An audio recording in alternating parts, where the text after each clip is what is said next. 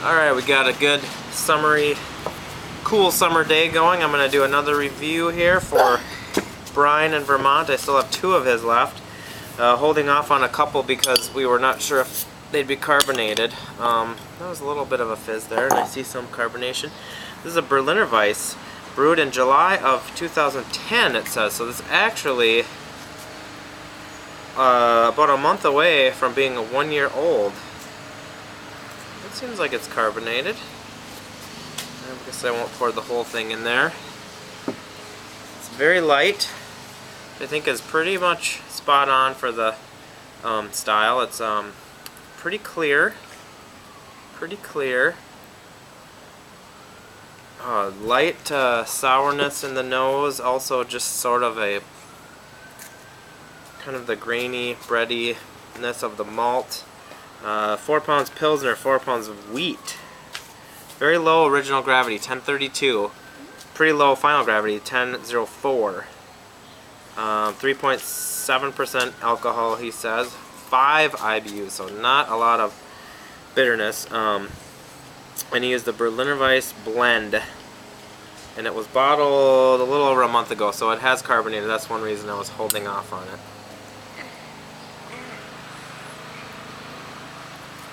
Oh, it's very sort of citric, is that a word? Tart, lemony, spritzy. It's somewhat, you know, the carbonation maybe isn't excessive, but the carbonation that is there goes with the real citrus pop and snap and zest of the flavor, so it kind of comes off as even more of a brightness to it.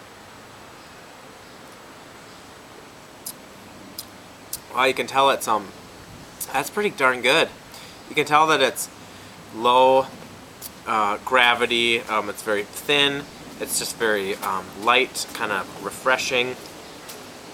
It's nice for a day like this. I suppose you could even have something like this in a keg and just pour big glasses of it when you're thirsty, because it's low alcohol, but it has a lot of flavor for as low of alcohol as it is.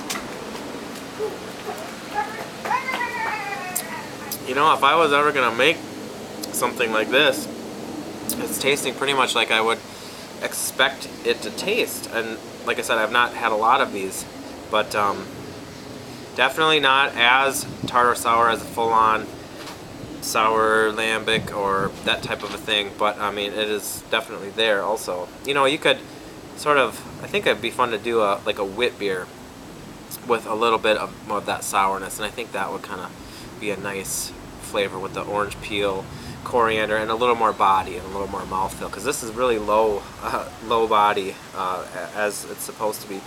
But nice work. Very good. I might get to the double IPA hopefully this weekend and get both of those reviews up. What's up? I got the Soul Shine Imperial IPA from Brian in Vermont. 7.5 to 8% alcohol, brewed about a month and a half ago. Bottled about 3 weeks ago, I think. It's pretty good fizz right there. You're welcome to my house. This is Don's house. Don's house. Oh, it's very carbonated. I probably should have been more careful. Dry hop with Citra and aroma hops at the end of the boil with Citra, and then Amarillo and what else was it? Amarillo and Centennial for the 60-minute boil. 1071 down to 1011. Pale malt, a little bit of Crystal 10, a little bit of honey. Why use 1056? I can get some of those hops. Probably should get rid of some of this foam. Cheers. Happy Saturday night.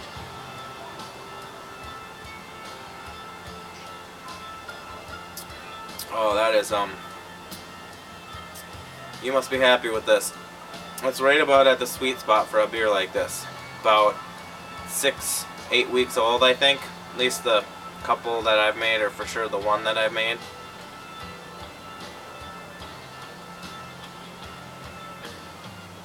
It's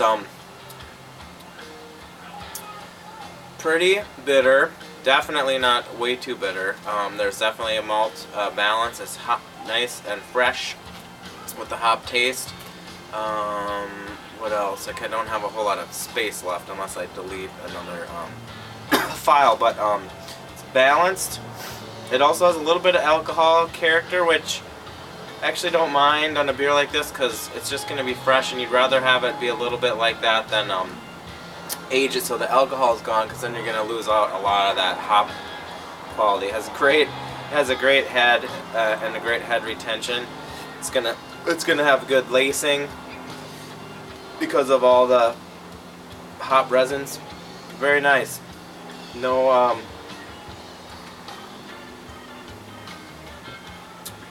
no critical remarks. It's clean tasting. Good job. I'll enjoy this, and I'm enjoying last night's show from New Jersey, so I'm gonna be kicking it out here. This is where I kick it a lot of the time, so catch you later.